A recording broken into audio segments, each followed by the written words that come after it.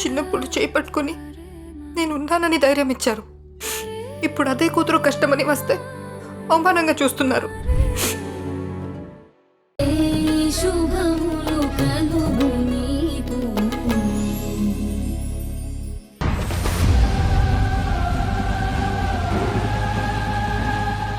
నేను ఒక్కదాన్నే ఇలా వచ్చి ఆవిడతో మాట్లాడితే ఆవిడ ఒప్పుకుంటుందా? అసలు ముందు నేను ఆవిడతో మాట్లాడగలనా? మాట్లాడాలి, ఎలాగైనా మాట్లాడాలి.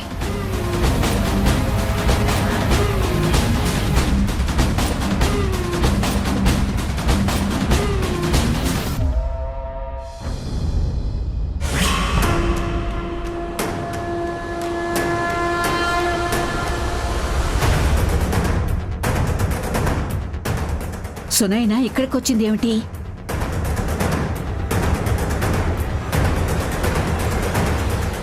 ఏమి నువ్వేంటి ఇక్కడికి వచ్చావు?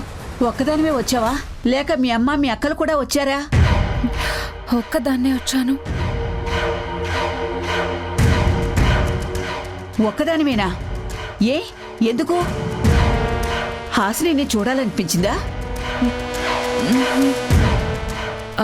అరుంధతి గారితో మాట్లాడాలని వచ్చాను.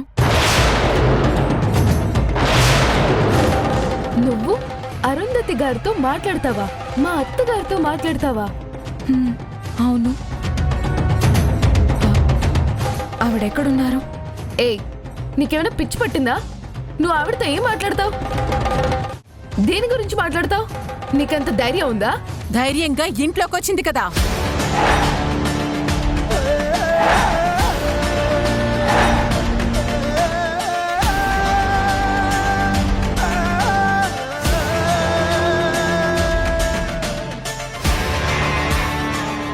నాతో మాట్లాడాలని ఇంత ధైర్యంగా ఇంట్లోకి వచ్చింది అంటే ఖచ్చితంగా ఇది వాళ్ళమ్మ ఇచ్చిన ధైర్యమే అయ్యుంటుంది.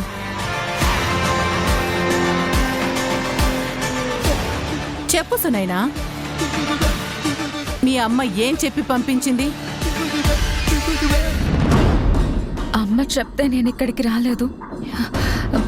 మా అమ్మ నాకేం చెప్పలేదు. మరెందుకొచ్చావు?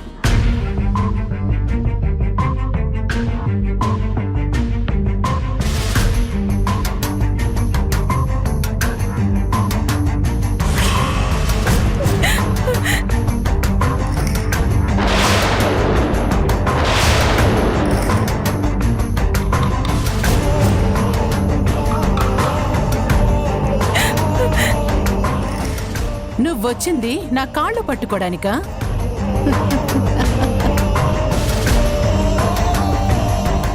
వీళ్ళ స్థాయి మన కాళ్ళ కిందే కదమ్మా.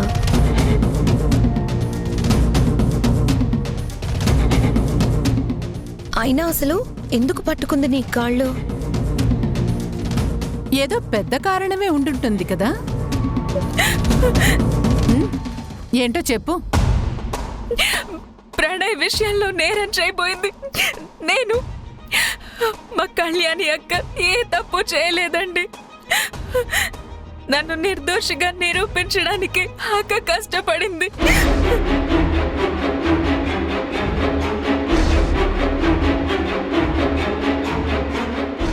అలాంటిది తనే నేరం చేసిందని మీరు కోర్టులో కేసు వేశారంట. దానివల్ల మా అక్కకి జాబ్ రాదంట.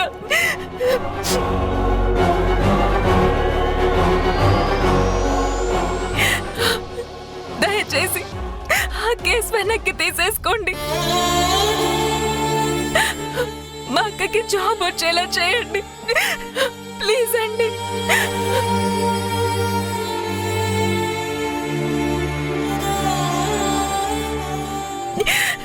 ఈ విషయంలో మా అక్కని బలి చేయకండి ప్లీజ్. అందితే జుట్టు, అందకపోతే కాళ్ళు. మీ అమ్మ ఏ రకంగా ఆలోచిస్తుందో మిమ్మల్ని అలాగే తయారు చేసింది. పైకి మాత్రం మీ అమ్మ మీ అక్క పౌరుషంగా బిల్డప్ ఇస్తారు, నాతో గొడవలు పడతారు.